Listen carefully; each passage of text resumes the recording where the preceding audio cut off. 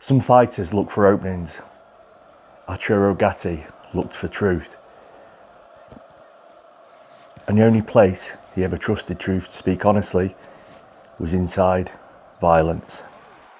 May the 18th, 2002.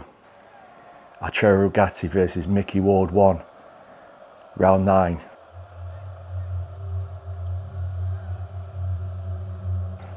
Gatti has already bled, already tasted his own limits and pushed past them. Then, Ward slams a left hook into his ribs, a dull, wet crack.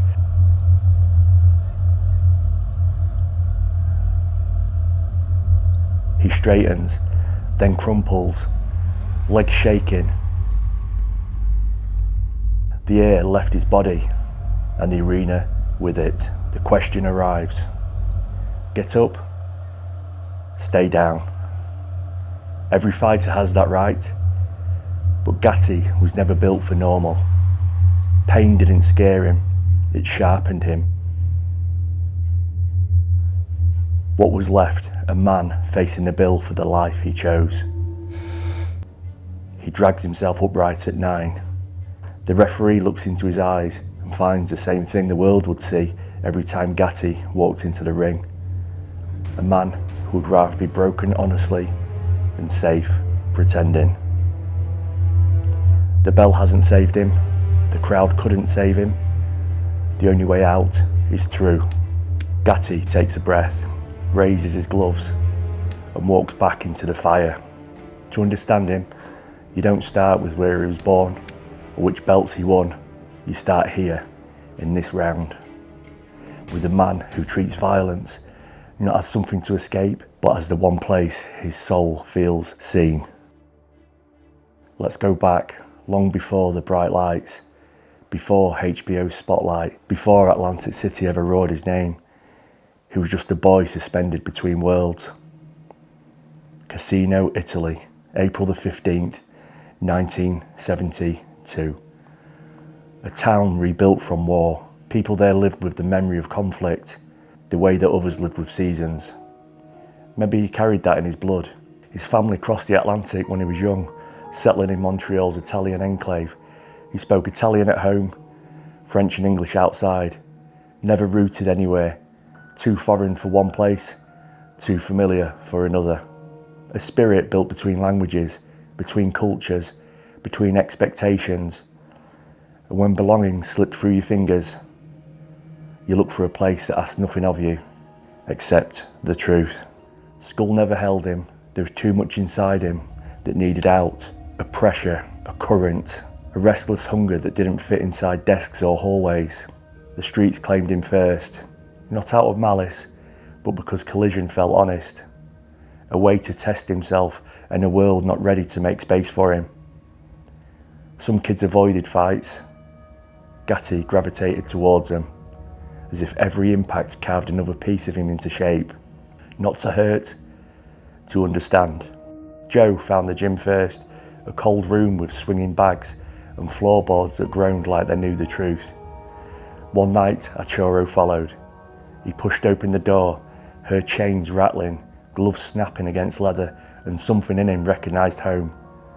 Trainers spotted it instantly, a wiry kid with an angel's face, lightning in his hands, and a switch that snapped alive the moment danger breathed near him. At home, the warnings deepened.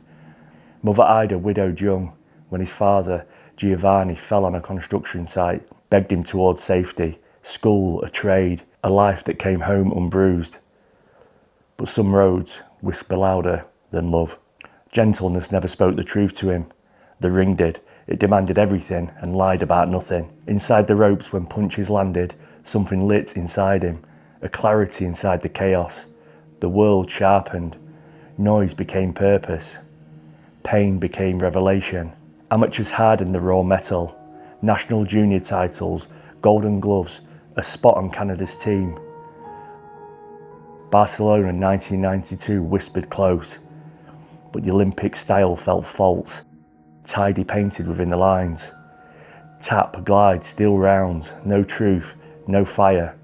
And at 19, he walked away, dropped the headgear, crossed into the United States and headed to Jersey City, a place where a fighter could shape his own myth or be crushed chasing it. Montreal forged a blade. Jersey showed him what it cost to swing it. June the 10th, 1991. A small hall, a thin crowd, folding chairs clattering as people settled. Nothing grand, nothing pathetic. Sometimes legends are born in rooms too small to contain them. Third round knockout. From the start, he fought like every punch carried a confession. He'd spent his whole life trying to articulate. Wins piled up almost too easily, and for a moment he looked like a kid outrunning destiny. Then came the first loss, a split decision to King Solomon in 1992. Most young fighters would fracture, but Gatti focused. A setback didn't diminish him, it clarified him, stripped away the inessential. He vowed to chase endings that didn't require judges. Knockouts were the only honest verdict. 1994, first round destruction of Pete Taliaferro. Word accelerated. This kid just didn't absorb punishment, he needed hitting clean to wake him. Violence was a language he understood fluently. HBO noticed.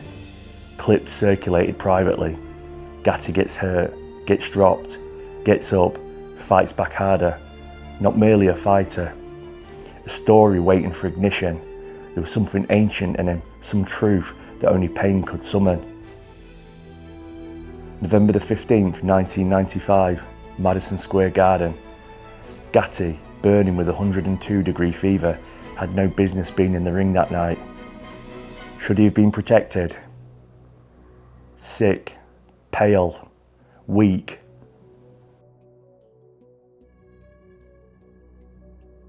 But unstoppable. He claimed the IBF title from Tracy Harris Patterson. HBO signed him immediately. They'd found their wildfire. His first title defence, Wilson Rodriguez, Madison Square Garden, his spiritual home. Rodriguez came to dethrone the champion, but everything outside the ring, pressure, expectation, recklessness, was catching up with Gatti. Round 1, a right hand split his eyebrow.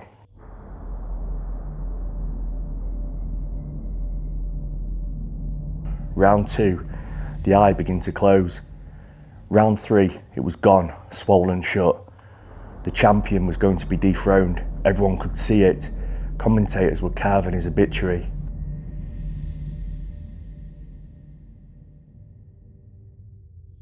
Half blind, lungs burning, he walked straight into the fire, throwing left hooks he couldn't see land, guided only by sound, heat, and whatever lived inside that refused to break. There's no word for it, but every great fighter has it. One of those blind hooks sank into Rodriguez's liver in the 6th. Rodriguez collapsed, curled, stayed down. Gallbladder ruptured. Surgery required. The garden erupted like the roof tore free. Gatti didn't simply win, he undid men. Emotionally, spiritually, physically. Fans tuned in not to see if he won, but to witness how far he would go when the world collapsed around him.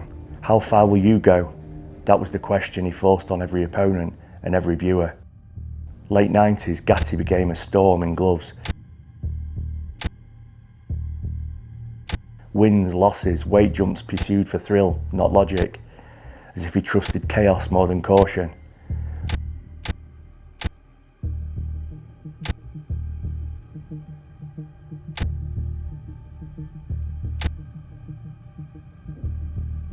In 2001, he fought Oscar de la Hoya, who was a master conducting a painful symphony that night. A dissection, clinical, merciless. For the first time, Gatti tasted a defeat that felt imposed, not chosen. It shook him. Not the pain, the absence of revelation. Something had to shift. Buddy McGirt entered. He didn't extinguish the fire, he framed it. Taught discretion, jab, timing, a blueprint for survival. But nature is louder than strategy. When heat rose, the old Gatti surged. The pattern became scripture. All roads bent towards Mickey Ward, a Lowell brawler, a body shot engineer, a man carved from the same granite of truth. May 2002, No titles at stake, only honesty. From the opening bell, they met in the centre and refused to leave.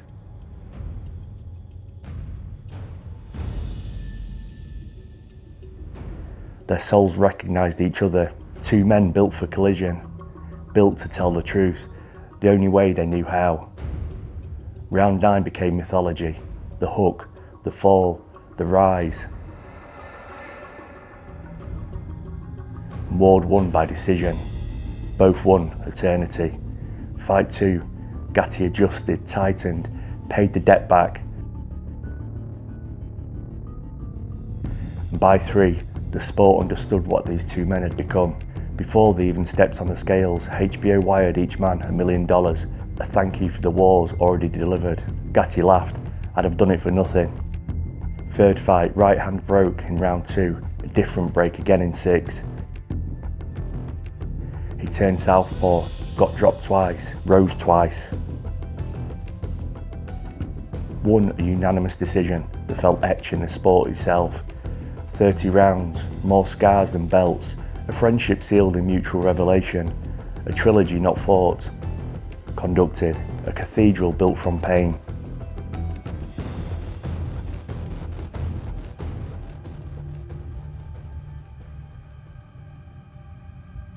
After Ward, he had nothing left to prove, but fighters don't retire when the story is complete, they retire when their body demands it. McGirt refined further. He captured the WBC title against Branco, then a surgical destruction of Leonard Dorin and a win over Jesse James Leher. But violence keeps receipts, interest compounds, and no heart, no matter how large, escapes that debt. Up next, Floyd Mayweather Jr., a man built from the opposite truth, precision instead of chaos, control instead of fire. And from the opening bell, Mayweather didn't fight Gatti's war, he exposed it. Every flaw, every habit, every piece of Arturo that survived through heart alone was punished without hesitation. And after 6 rounds, the corner saved him. It wasn't a defeat, it was a reminder. The body can only carry a warrior's philosophy for so long. Losses followed, Baltimore first, then his final fight against Gomez. Atlantic City chanting him, a city trying to summon a man back into himself. Retirement, 40 wins, 9 losses, 31 knockouts, a life written in will. A quiet apartment, humid morning, unanswered questions waiting behind the door. Arturo Gatti was found dead at 37. Homicide ruling, then suicide, then doubt. Investigations contradicted, narratives fractured, truth blurred. The details were grim and contested. And maybe that's why so many fans looked away. Not denial, devotion. One tribute captured it perfectly. Let him forever live. In round 9. His funeral swelled with mourners. In 2012, he was inducted into the International Boxing Hall of Fame. Questions persisted, but the truth of his life stood firm. Gatti taught nothing about ease, nothing about safety, nothing about perfection. He taught something harder. Pain strips illusion. Violence unveils the core. And the choices you make inside that unveiling, that's you. When the ribs crack, when eyes close, when breath deserts you, when escape is a logical path, that is where the truth waits. Gatti walked towards it every time, not because he loved hurt, but because he feared the lie of comfort more. He didn't bring thunder, he was thunder. He refused the easy story, refused retreat, chose honesty when it cost the most. Every fighter who rises when it's smarter to stay down. Every person choosing hard truth over soft deceit. Every 9th round life throws at someone. There stands a fragment of Arturo Gatti, gloves raised, ribs screaming, broken true, never safe, pretending. He didn't seek immortality, he simply refused to lie down for it.